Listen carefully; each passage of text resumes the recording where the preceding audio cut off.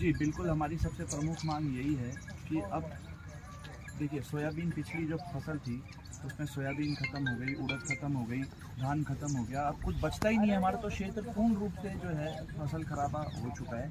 अब सरकार से हमारी प्रमुख मांग यही है कि आप सर्वे, अब आप कौन सा सर्वे आपके बच रहा है, कौन सा सर्वे आप करवाना चाहते हो जब पूरे क्षेत्र में ही नुकसान खराबा घोषित हो चुका है। तो किसानों के पास कुछ आमदनी नहीं है साहब, दिवाली निकल चुकी है, शादियाँ कल से चालू हो चुकी है, देवउठनी 11 से। आज ये बाजार बंद से हम एक संदेश देना चाहते हैं कि बाजार चलेंगे कहाँ से, जब किसान की जेब में पैसा होगा तभी तो बाजार चलेंगे।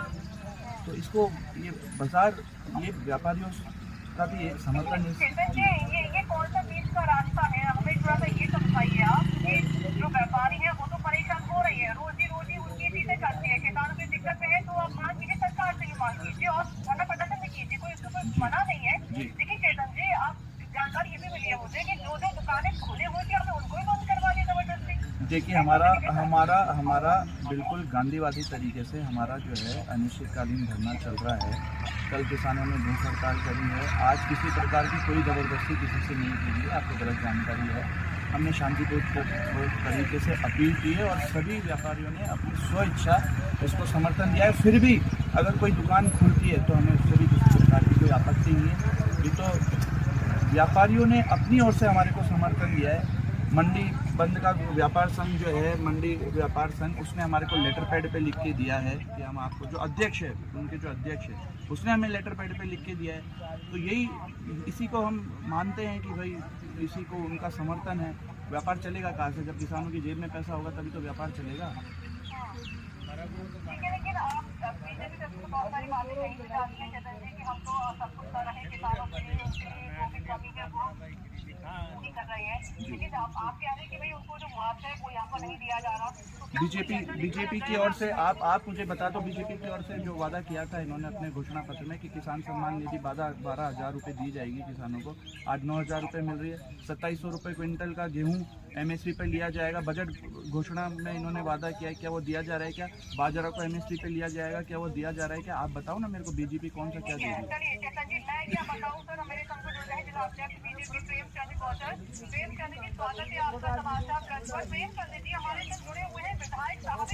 पटेल जी है, वो कह रहे हैं कि आपकी तरफ से कोई काम किया था किसानों के लिए, कोई मुआवजा नहीं दिया जाता।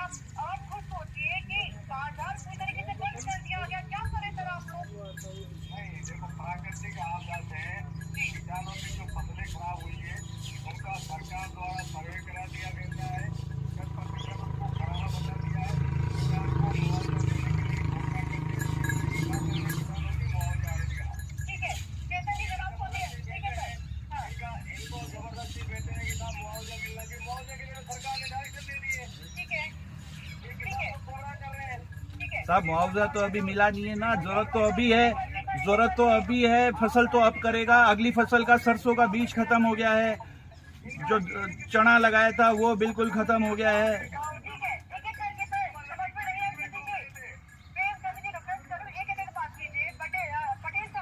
जी यहाँ पर जो गौतम साहब को ये कह रहे हैं कि भैया मुआवजे की बात तो कह दी गई है, फिर आप लोग क्यों नाटक कर रहे हैं? साहब देखिए, किसी प्रकार का कोई नाटक नहीं कर रहे और हम किसी प्रकार का कोई हम नाटक कर नहीं रहे। ये नाटक आपको हो सकता है, आपको नाटक लग रहा हो। अगर किसान अगर आज अपने अधिकारों के लिए लड़ रहा है तो फिर हो सकता है कि इनको प्रेम जी गोचर को हो सकता है ये नाटक लग रहा हो। अगर आज ज़रूरत है मुआवजे की, आज ज़रूरत है तो किसानों को आज की तारीख में ज़रूरत है।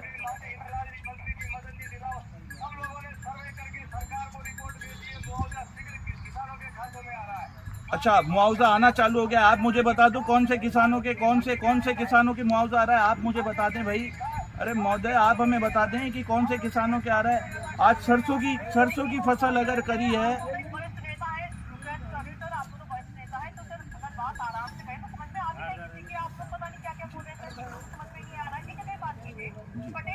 जी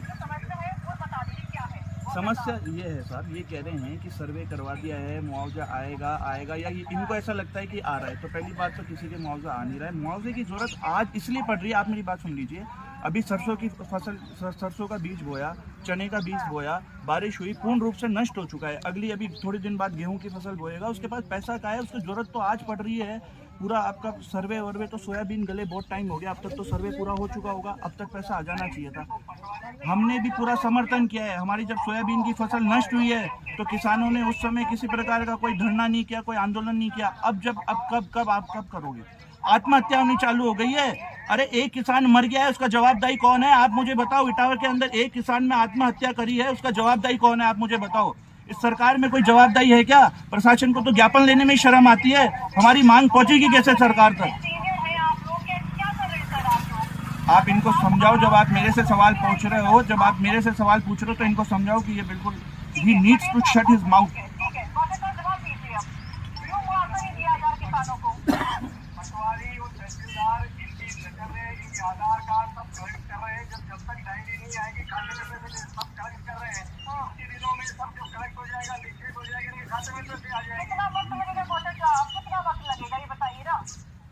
नहीं, वक्त देखो, जब तक ये पटवारी ये पूरा कागज कंप्लीट नहीं कर देंगे तो ये कागज कंप्लीट करते सरकार तैयार बैठी है खाते में पैसे डालने। अरे सर, आप जिला अध्यक्ष हैं बीजेपी के, तो इतना तो पता ही होगा सर आपको। आप सभी को कीजिए ना, हम लोग के बारे में मालूम कीजिए आप। सरकार तैयार बैठी है, जो कागजी कार्रवाई है कंप्लीट होते खाते में पैसे आ जाएंगे। ठीक है, तब देखिए सर। सुनो, एक बार जो खाद की बात कर रहे हैं, खाद की बात कर रहे हैं, राजस्थान में अगर कहीं खाद की तो आप बात ही मत करो साहब। आप तो सुनो, आपके लोग